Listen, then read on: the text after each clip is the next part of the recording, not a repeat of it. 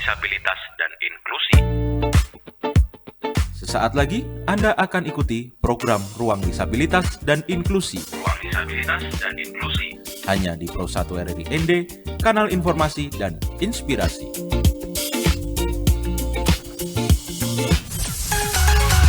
Pro 1 RRI ND, kanal informasi dan inspirasi.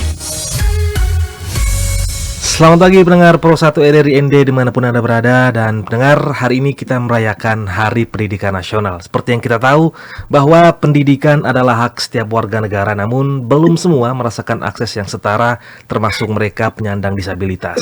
Di tengah keterbatasan seperti ini, pendengar, lahir ruang-ruang belajar alternatif yang justru membentuk karakter, kemandirian, dan kepercayaan diri, salah satunya melalui olahraga. Dari lapangan, banyak penyandang disabilitas tidak hanya meraih prestasi, tetapi juga menemukan jati diri yang mungkin tidak mereka dapatkan di bangku sekolah. Pagi hari ini kita akan membahas bagaimana olahraga menjadi ruang pendidikan yang nyata bagi penyandang disabilitas bersama Ketua Nasional Paralimpik Komite Indonesia Nusa Tenggara Timur, ada Bapak Victor Haning, dan saya Rian Hidayat akan menemani Anda dalam Ruang Disabilitas dan Inklusi. Selamat pagi Pak Victor. Selamat pagi Pak Rian, selamat pagi Pro 1 ND. Baik, Pak Selamat Victor. pagi seluruh Indonesia. Salam sehat. Salam sehat. Pak Victor, gimana kabarnya Pak? Puji Tuhan, alhamdulillah sehat selalu sampai saat ini.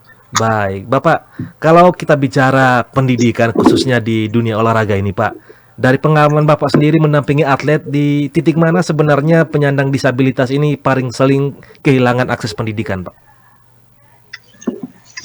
Izin kami ini tidak mencoba mengintervensi pendapat dari dunia pendidikan, tapi berdasarkan pengalaman bahwa akses pendidikan itu biasanya tumbuh dari kami disabilitas dari lahir dan dibunuh dari rumah, dan itu memasuk pendidikan itu biasanya sebelum masuk tahun ke SD itu ada stigma, paradigma bahwa difabel itu punya hambatan yang mungkin tidak bisa bersekolah.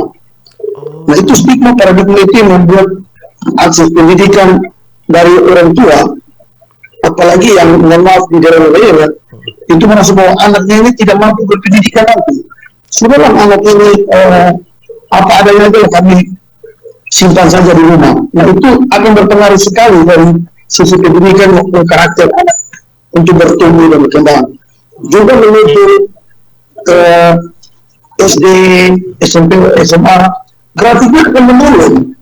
Dunia pendidikan itu grafiknya akan menurun. Jadi semakin banyak tingkatan menurut saya, semakin banyak tingkatan pendidikan anak itu dari kemudian itu dari SD, SMP, SMA semakin sedikit. Gitu Pak Rian. Oke, nah Pak Victor, dalam realitas yang Bapak temui sendiri, mana yang lebih banyak terjadi sebenarnya Pak? Tidak sekolah sama sekali atau sekolah tapi tidak benar-benar terlayani Pak? Ya ini berat juga mengatakan, tapi harus dikatakan Pak ya. Kebanyakan itu dimulai daripada yang belum sekolah ini. Belum sekolah ini kembali tadi pada paradigma keluarga. Mau tidak mereka menyalahkan anak-anak ini? Betul. Kemudian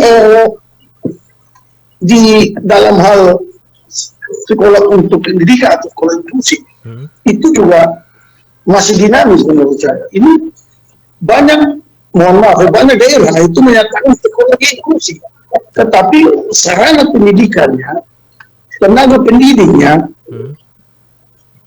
terhadap anak berkebutuhan khusus dan aksesibilitas itu belum tergambarkan cukup baik terhadap yang namanya sekolah inklusi itu, atau untuk mendapatkan pendidikan inklusi itu.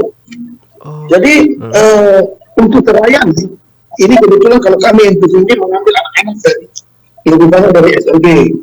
Jadi dari pandangan luar kami, SLB sudah apa namanya, sudah berupaya membuat yang terbaik. Kemudian ada banyak hal yang perlu diperbaiki kembali Pak ya. Demikian. Oke, nah Pak Victor, dalam praktik di lapangan sendiri, apa tanda paling nyata bahwa pendidikan inklusif ini belum terlihat sama sekali Bapak? Bagi kami, sekali lagi tidak mengikuti dunia pendidikan, bagi kami sarana prasarana, aksesibilitas, tenaga pendukung, itu bagi kami itu belum terkembangkan cukup baik karena pendidikan inklusif bagi kami punya anak saudara yang mengalami penyandang difabel. Yang terjadi itu selain di SLB yang sekolah formal itu ya, mereka bergabung saja. Belum saja, tidak banyak yang ada tenaga pendidikan yang mampu melihat keterbatasan anak ini. Dan kebanyakan yang dapat daripada sekolah-sekolah formal itu merasa bahwa anak ini, kaum difabel ini tidak layak lah, tanda petik, tidak layak untuk masuk sekolah formal. Sebaiknya masuk ke SLB saja. Malah ini yang membuat menapa itu jadi kurang baik. Begitu, Pak.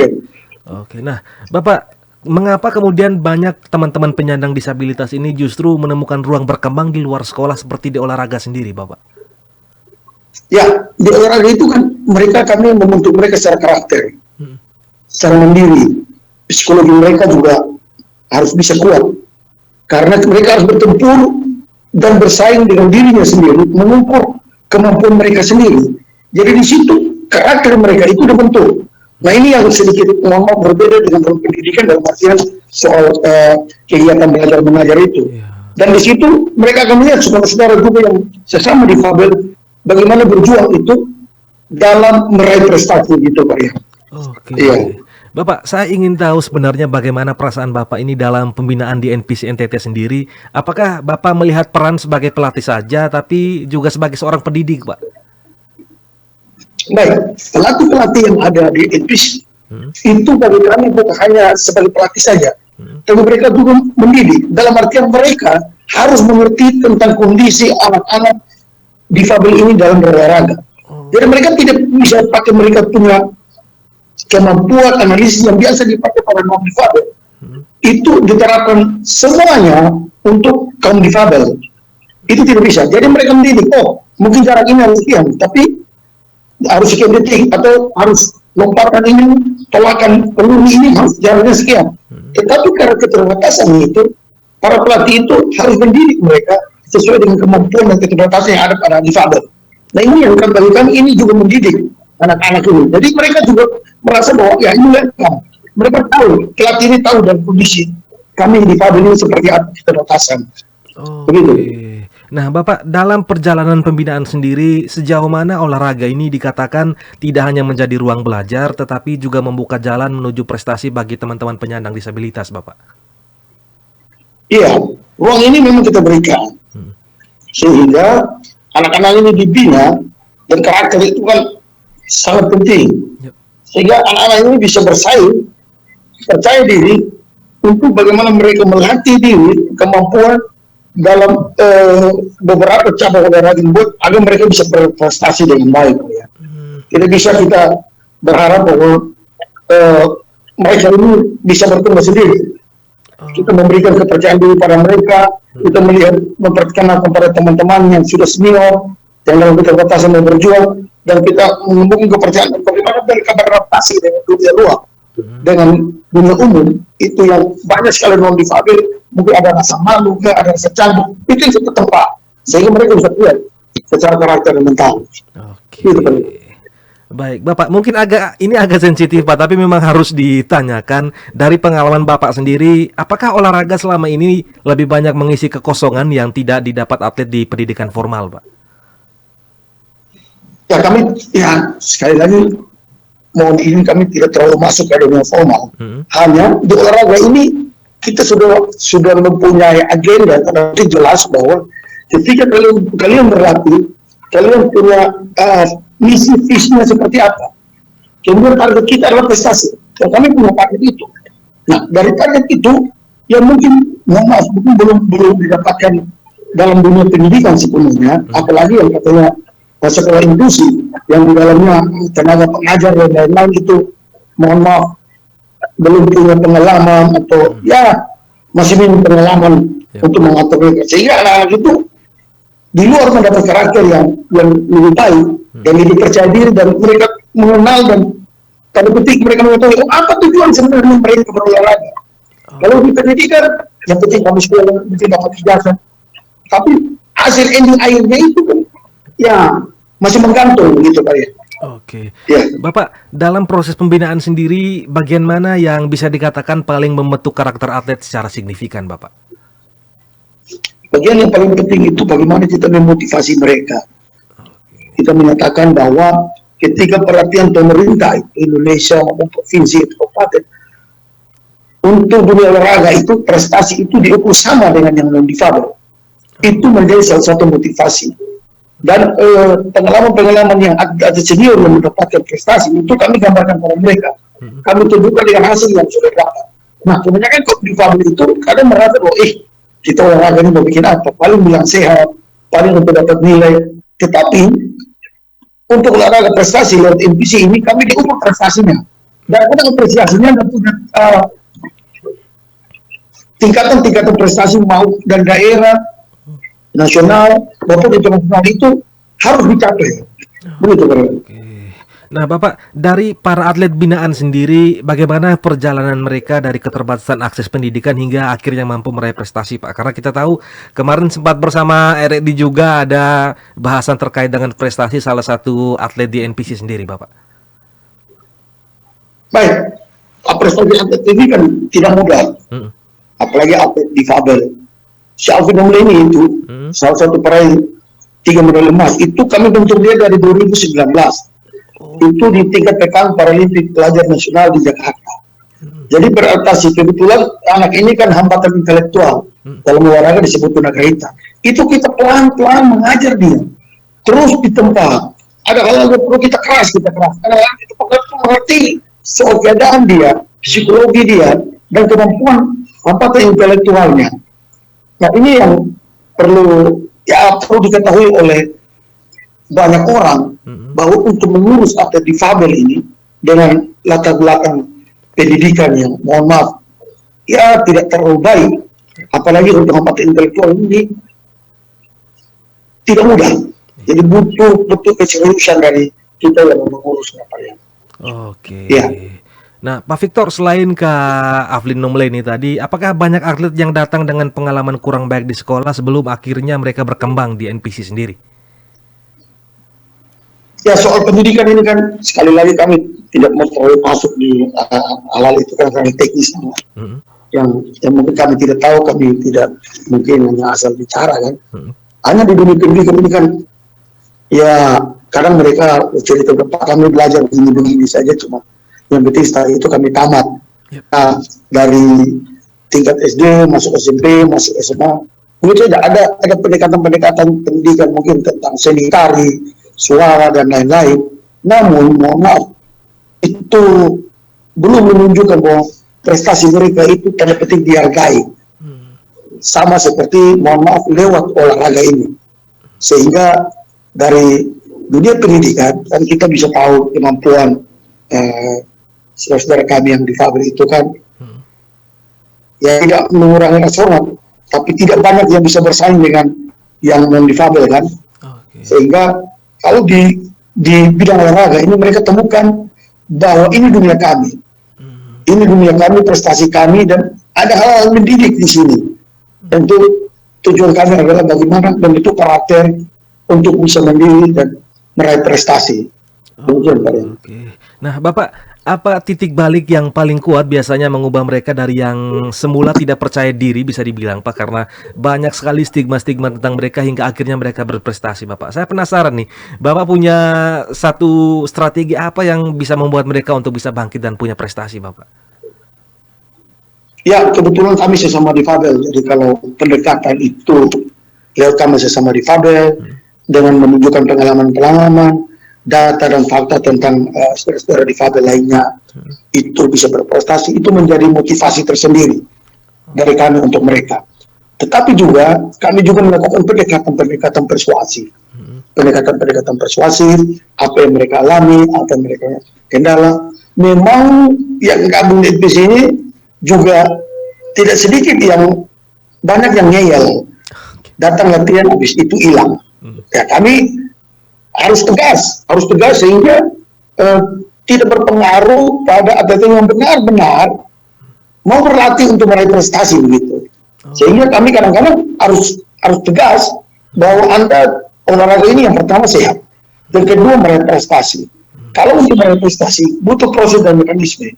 Jadi mohon maaf kalau Anda semua main-main, ada Anda ini main-main, ya kami lepas, kami coret dan mungkin Anda tidak punya minat dan niat yang serius untuk menjadi olahraga yang berprestasi di MPC ini. Nah, untuk itu bisa memacu mereka agar mereka bisa serius.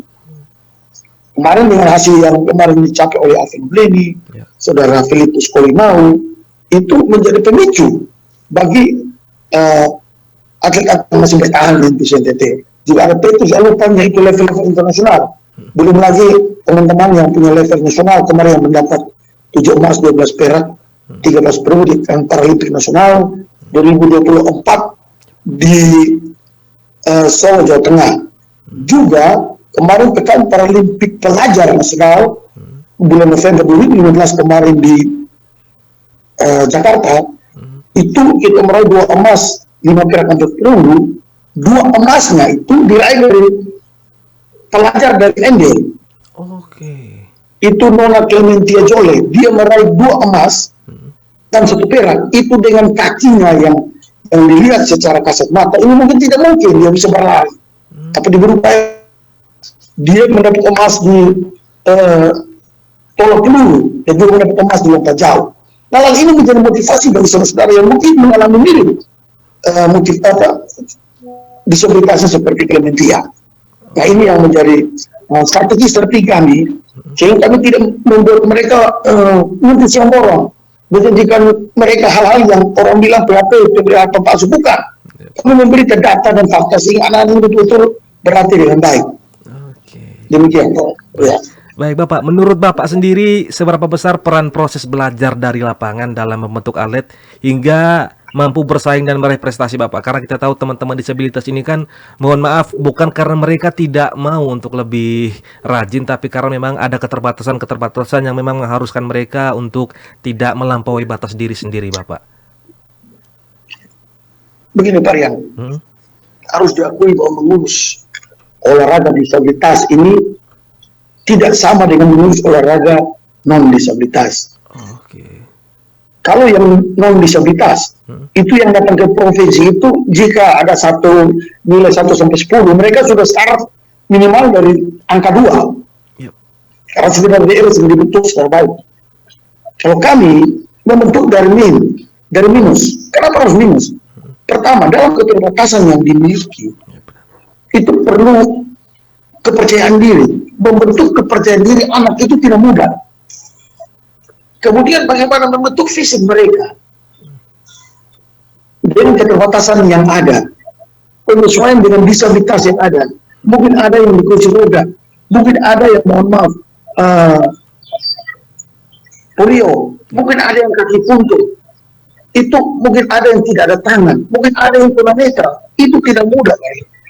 Jadi untuk itu kami punya strateginya seperti itu, sehingga mereka dibawa ke lapangan itu, kita bagaimana memberikan mereka motivasi, membentuk psikologi mereka yang harus kuat mentalnya ketika berhadapan dengan orang lain, semua dengan dunia luar, Pak Rian. Bukan sekedar pengalaman yang kami berikan seperti itu, sehingga orang bilang susah-susah gampang, tapi ini bukan apa gampang, susah-susah. Ini harus keterkaitan antara kami yang mendidik, melatih, mengurus dengan atlet tersebut. Ini harus connect benar-benar dari sisi psikologi, dari sisi kondisi disabilitas yang ada, sehingga ya kadang-kadang ada benturan-benturan mungkin komunikasi, salah dalam berdiskusi, salah dalam melayani, itu kami perbaiki sehingga bisa mengena pada kepercayaan diri pada atlet tersebut. Begitu Pak Rian. Oke, Bapak, apakah prestasi yang diraih atlet disabilitas selama ini bisa dibilang sudah menjadi bukti bahwa mereka memiliki potensi yang sama jika diberikan ruang yang tepat, Bapak? Setuju, dan itu fakta membuktikan. Mohon izin tidak mengurangi hormat pada atlet-atlet non-difabel. Kami punya pekan Paralimpik Nasional. Yang non-difabel itu pekan olahraga nasional yang disebut PON. Hasil yang kami dapatkan itu mulai dari Peparnas, pekan Paralimpik Nasional di Papua 2021 itu kami mendapat 5 emas, 3 perak, 3 perunggu. Itu kami masih sedikit lebih dari yang non-difabel. Kemudian di Itu di Jawa Barat. Mohon maaf, 2016 di Jawa Barat. 2021 di Papua itu kami mendapat 5 emas, 14 perak, 13 perunggu. Kami menempati urutan nomor 14 dari 28 provinsi secara nasional. Kemudian yang terakhir di Pekan Paralimpik Nasional di 2024 di Solo kemarin, kami mendapat 7 emas, 12 perak dan 13 perunggu. Kami menempati peringkat kedua dari 32 provinsi seluruh Indonesia. Sedangkan non difabel, mohon maaf, masih berada di bawah kami. Mungkin terdapat medali dan juga urutannya ranking. Yang paling terakhir itu tadi, Pekan Paralimpik Pelajar Nasional Jakarta 2005 kemarin. Itu kami dengan 2 emas, 5 perak, 4 perunggu, itu berada pada peringkat 12. Gitu, melebihi dari yang Popnas, Pekan Olahraga Pelajar Nasional. Jadi disitulah, ketika ruang dan kesempatan diberikan sama oleh pemerintah, mari kami bersaing. Duniamu non difabel silakan, dunia kami difabel masih ada. Jadi kami bertarung, kami menguji dan ukuran kinerja dari olahraga adalah prestasi. Karena uang rakyat, uang negara yang kami pakai itu kita bisa tunjukkan dengan prestasi. Begitu Pak. Nah, Bapak, dalam kasus-kasus yang Bapak temui sendiri, apa pola kegagalan yang paling sering terjadi dalam pendidikan bagi penyandang disabilitas, Bapak? Yang pertama memang kita harus akui bahwa dorongan daripada keluarga sendiri. Disabilitas ini kan macam-macam. Ada yang disabilitas ringan, sedang maupun berat. Kalau yang ringan itu mungkin tantangannya lebih sedikit daripada sedang dan berat. Apalagi yang berat, saudara-saudara saya yang harus diantar pulang pergi, jemput oleh orang tua atau keluarga, itu tantangan tersendiri. Seberapa sanggup, seberapa jauh keluarga atau orang tua itu bertahan antar jemput saudara-saudara saya yang mempunyai nilai difabelnya, disabilitasnya berat sampai sedang. Nah, itu menjadi salah satu ukuran. Terkadang kalau mereka tidak sanggup, anak-anak saudara-saudara saya terpaksa putus sekolah. Apalagi kalau di daerah-daerah itu kan jaraknya cukup jauh. Benar, Bapak. Dan kesibukan-kesibukan lain. Kemudian paradigma bahwa anak keluarga kami difabel menjadi apa? Sekolah juga percuma. Ya, benar. Nah, itu yang harus dirubah paradigma. Kemudian peran daripada pemerintah, dinas pendidikan, dinas sosial harus mencatat secara benar, by name, by address, by photo, by disability, tentang anak-anak difabel yang berhak mendapat pendidikan formal maupun secara inklusif. Jadi jangan biarkan mereka itu datang bersekolah dan tidak didata dengan baik. Karena kalau didata dengan baik, barulah dunia pendidikan, dunia sosial itu tahu sebenarnya. Selama ini kekurangan-kekurangan dalam hal mendidik itu apa? Hal mengajar itu apa? Kebutuhan yang paling mendekat untuk kami difabel seperti apa? Kemarin dalam suatu pertemuan rencana aksi daerah dan pelaksanaan musik keren, musyawarah inklusi dan kelompok rentan, itu lebih banyak dari dunia pendidikan itu meminta tenaga pengajar yang berkualitas sehingga diadakan pelatihan. Tetapi bagi saya sebagai pemerhati difabel itu tidak cukup. 3 bulan diberikan pelatihan. Apakah sudah bisa mengurus kaum difabel yang berbagai macam karakter? Sehingga saya mengusulkan, bolehkah perguruan tinggi itu membuka jurusan PLB, pendidikan luar biasa, sehingga dalam kurun waktu minimal kalau dari 1 tahun sampai S1 atau 4 sampai 5 tahun, bagi saya itu lebih cukup.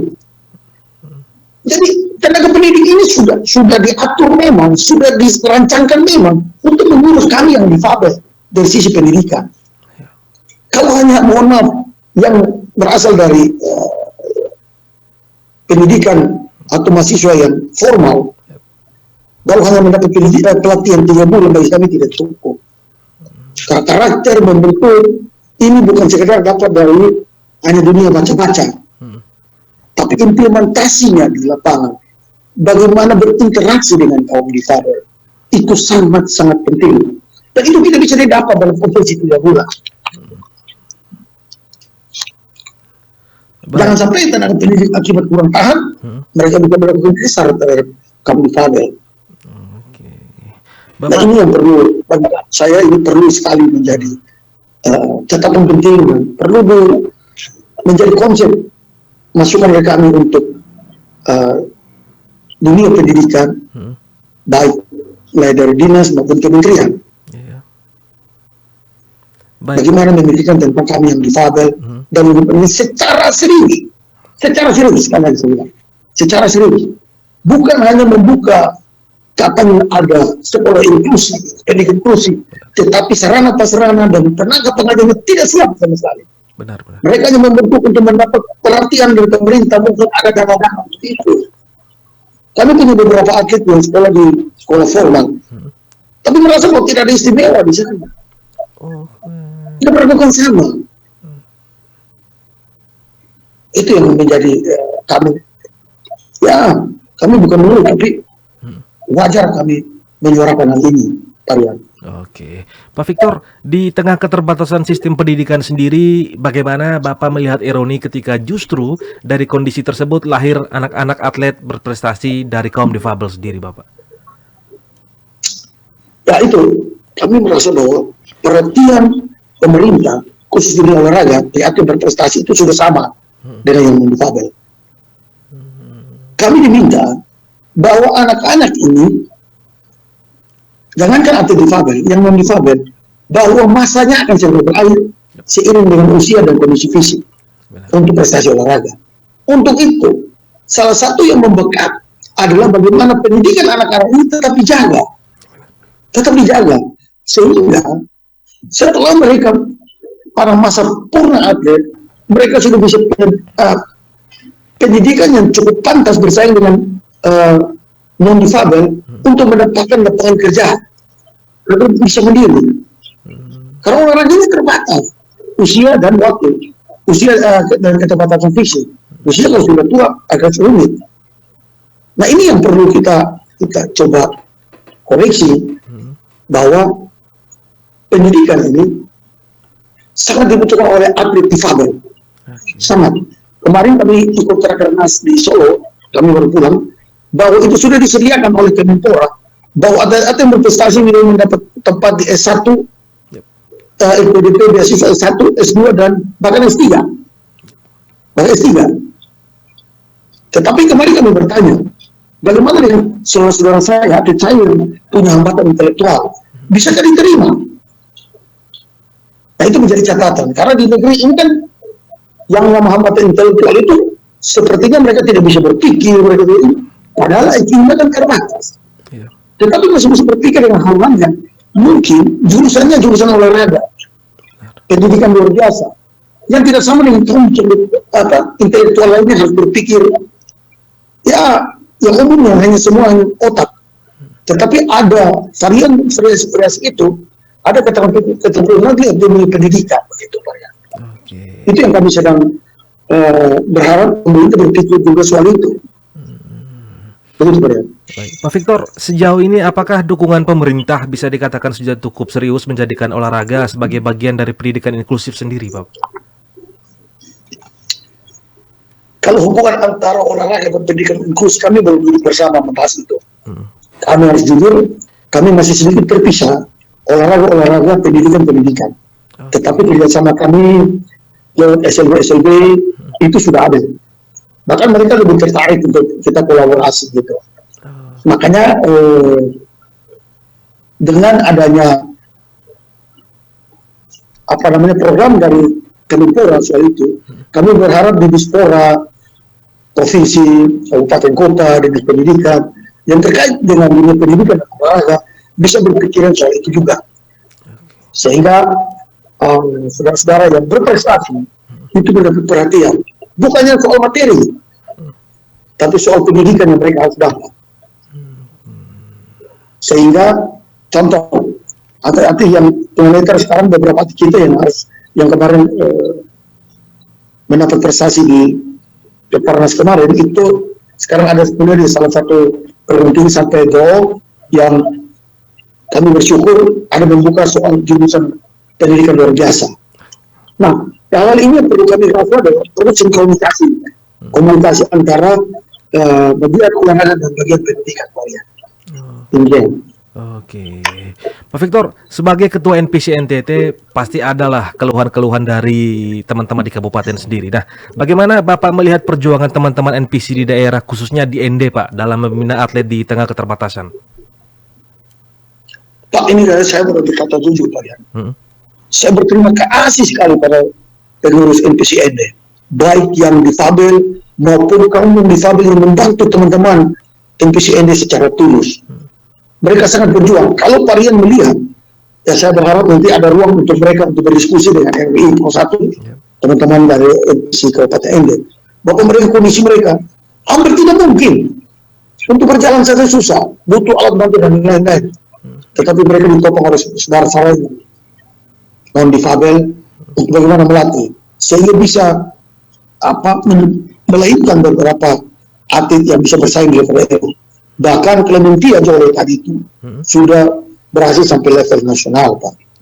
Itu saya bangga pada teman-teman PCND yang informasi kami dapatkan mendapat cukup perhatian baik dari pemerintah PCND lewat Dispora Kabupaten ND. Begitu, Pak.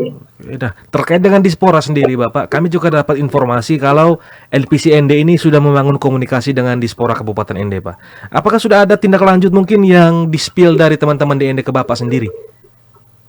Ya, buktinya beberapa 2 kali tekan Paralimpik daerah, pelajar daerah, itu Dispora dan saudara dari ND itu datang bersama.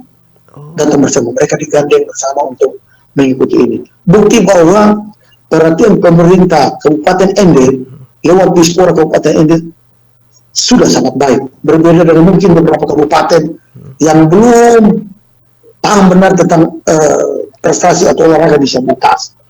Saya mendorong teman-teman NPC Kabupaten ND terus berkomunikasi. Tentu ada tantangan, tentu ada proses mekanisme keuangan yang sangat panjang di pemerintahan. Jadi harus bersabar. Karena tahun ini bulan Agustus nanti kita Dispora Provinsi akan mengadakan Pekan Paralimpik Pelajar Daerah 2026, dan kami NPC NTT akan mengadakan Pekan Paralimpik Provinsi NTT yang pertama sekitar bulan November nanti. Itu supaya kita bisa melihat atlet-atlet yang akan kita seleksi menuju Pekan Paralimpik Nasional 2028. Begitu, Pak. Bapak, saya penasaran sebenarnya ketika melatih teman-teman penyandang disabilitas ini untuk mengikuti satu event, apakah memang ada targetnya juga, Pak? Harus dapat ini, harus dapat itu. Iya, kita harus jujur bahwa dalam olahraga prestasi harus ada target. Ya, benar. Harus ada target. Jadi kami memotivasi, kalau kalian sampai titik waktu begini, peluang dapat peluang. Sampai begini perak, sampai begini emas. Jadi itu akan dilihat. Jadi kalau dapat emas akan dilihat, dilirik lagi oleh level nasional. Untuk masuk level nasional, untuk masuk timnas nasional. Untuk berkonsentrasi untuk dilatih ke level internasional. Itu sangat penting. Kalau tidak dikatakan, tapi mereka bersantai-santai. Dan saya selalu bilang bahwa ini seleksi alam. Ini kita difabel bersaing dengan difabel. Siapa yang siap yang bertahan, dia yang kami pakai. Begitu, Pak. Oke, Bapak, jika Bapak diberi ruang untuk menyampaikan langsung kepada pemerintah, apa 3 hal yang paling mendesak yang harus dibenahi saat ini juga, Bapak? Yang pertama, pendidikan, saudara-saudara saya. Yang kedua, ekonomi. Yang ketiga, lapangan pekerjaan. Yang ketiga ini yang saya rasa sangat penting, tetapi harus ditunjang dengan pendidikan yang cukup baik jika ada syarat-syarat yang menentukan seperti itu. Kemudian dari ekonomi, tentang mungkin ada diberikan ruang seperti UMKM bagi penyandang disabilitas. Dan juga lowongan kerja, entah di pemerintahan maupun swasta. Kalau undang-undang ketenagakerjaan itu 1-2%, mungkin di daerah ini kan untuk mendapat 100 calon, untuk mendapat 1% dan 100 itu agak sulit. Mungkin lebih diperkecil lagi. Minimal satu perusahaan itu yang memperkecil studi peluang hanya 1 difabel. Harus 1 difabel. Jadi itu kita diberikan ruang, dan itu memotivasi bagi kami sesama difabel bahwa ternyata ruang untuk bekerja itu ada, ruang untuk pendidikan itu ada, ruang untuk usaha ekonomi itu ada, sehingga kita juga ke depan bisa berpikir untuk bagaimana kita berkarya mandiri untuk diri sendiri maupun membangun keluarga dan masyarakat. Begitu Pak. Oke, Bapak, apakah prestasi yang diraih selama ini sudah cukup mendorong perubahan kebijakan khususnya dalam pendidikan inklusif, Bapak? Untuk apa namanya, untuk kami melihat dari sisi prestasi itu perhatian pemerintah lewat bonus itu sudah sama dengan non difabel. Tetapi kami juga belum melihat, ya kan tadi seperti saya bilang tadi, baru dibuka program bahwa ketika atlet yang punya prestasi baik di level internasional itu akan mendapat beasiswa S1, S2 dan S3. Kami berharap di ruang pemerintah provinsi maupun kabupaten kota nanti juga berpikir seperti itu, sehingga atlet-atlet difabel yang sudah punya prestasi mereka bisa mendapat pendidikan dengan beasiswa, dan itu menjadi motivasi bagi kami kaum difabel, bagi kami pengurus, kami pelatih, motivasi anak-anak yang berlatih bahwa kalian akan diperhatikan ini juga. Jadi kalau kalian berhasil, ini ada beasiswa di sini, bersaing mendapat ini, sehingga peluang untuk kalian mendapat pekerjaan itu lebih besar. Begitu Pak. Oke, Bapak, sebelum kita akhiri dialog ini, Pak, dengan segala prestasi yang telah ditorehkan teman-teman dari penyandang disabilitas, difabel sendiri, harapan apa yang Bapak ingin titipkan agar ke depan lebih banyak penyandang disabilitas yang bisa belajar, berkembang, dan berprestasi? Silakan, Bapak. Baik teman-teman, saudara-saudaraku difabel, ayo, ada ruang untuk kita berprestasi lewat olahraga. Ada ruang kita bisa menambah nilai ekonomi buat keluarga. Ada ruang kita mendapat pendidikan lebih baik lewat olahraga. Mari, jangan malu. Kemarin kami hanya atletik, sekarang kami sudah membuka ruang untuk angkat berat, tenis meja, ke depan ada cabur tunanetra dan beberapa cabur lagi. Teman-teman di daerah, mohon terus giat berlatih, terus dia mengembangkan, mencari atlet. Karena untuk mendapat atlet difabel ini tidak mudah. Bagaimana menumbuhkan kepercayaan diri mereka dan dengan situasi alam sekitar yang cukup menjadi hambatan bagi kita. Mari keluarga-keluarga yang anak atau saudaranya difabel, mohon bantuan, memberikan mereka motivasi, luangkan waktu, tenaga untuk membantu mereka, mencari tempat olahraga yang mungkin bisa berpotensi mereka berlatih sehingga bisa meraih prestasi. Sehingga ke depan mereka bisa merubah diri mereka, mengambil contoh dari senior-senior mereka seperti Alvin Nomleni, Filipus Kolimau, Titus Alukan. Alvin Nomleni itu sekarang ada di Pelata Solo menuju Nagoya Jepang.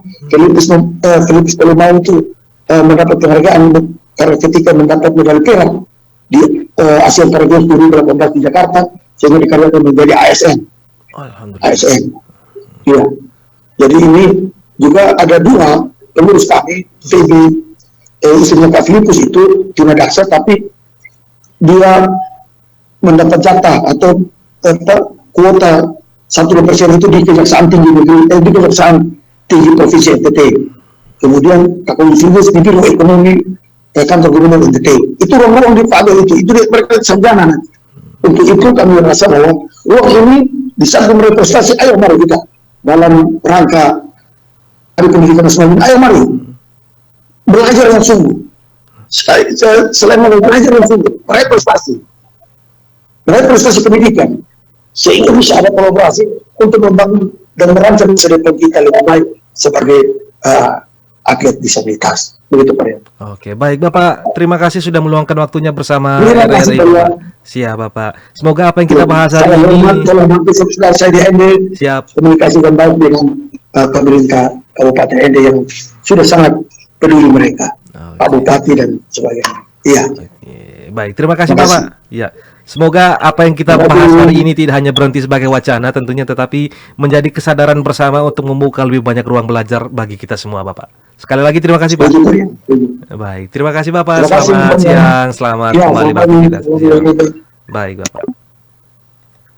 Nah, pendengar, dari perbincangan kita di siang hari ini tentunya mengingatkan kita bahwa pendidikan tidak selalu hadir dalam bentuk ruang yang kelas. Maksud kami dalam bentuk ruang kelas yang kaku dan selalu monoton dengan buku-buku. Tapi ia bisa tumbuh dari lapangan dalam latihan yang berulang, dalam kegagalan yang tidak menyerah, dan dalam semangat untuk terus berdiri meski pernah jatuh. Kita belajar bahwa penyandang disabilitas bukanlah kelompok yang harus dikasihani, melainkan individu yang memiliki potensi, kemampuan, dan hak yang sama untuk berkembang. Persoalannya bukan pada keterbatasan mereka, tetapi pada sejauh mana lingkungan dan sistem kita membuka ruang yang adil bagi mereka semua. Olahraga telah membuktikan bahwa ketika kesempatan itu ada, prestasi pun bisa lahir, bahkan hingga tingkat nasional juga internasional.